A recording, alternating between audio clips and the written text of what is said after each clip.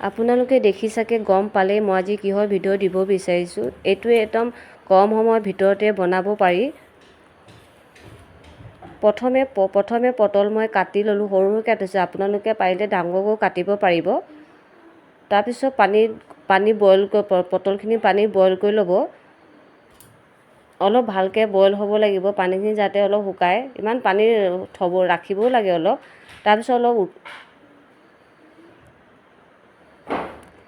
তাৰপিছত হৈ গ'ল তো মই উঠাই অলপ ঠাণ্ডা হ'বলৈ দিছোঁ। যাতে ঠাণ্ডা হওক, মই পেষ্ট কৰিব লাগিব। গৰমকৈ পেষ্ট কৰিবতো নোৱাৰি। তাৰপৰা মছলাৰ কাৰণে মেথি, সৰিয়হ, লচুন আৰু শুকান জলকীয়া অলপ গৰম কৰি লৈছোঁ। তাৰপিছত যিখিনি বইল কৰিছোঁ সেইখিনি মিক্সি গ্ৰাইণ্ডাৰত মই দি দিছোঁ।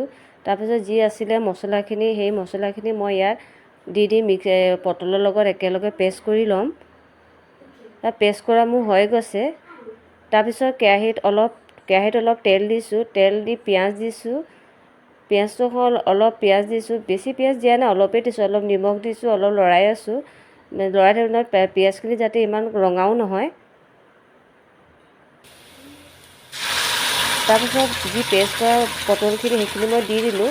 অলপ মই লৰাই আছোঁ, যাতে লৰাই থাকিব লাগিব, যাতে তলত লাগি নাযায় পিঁয়াজখিনি।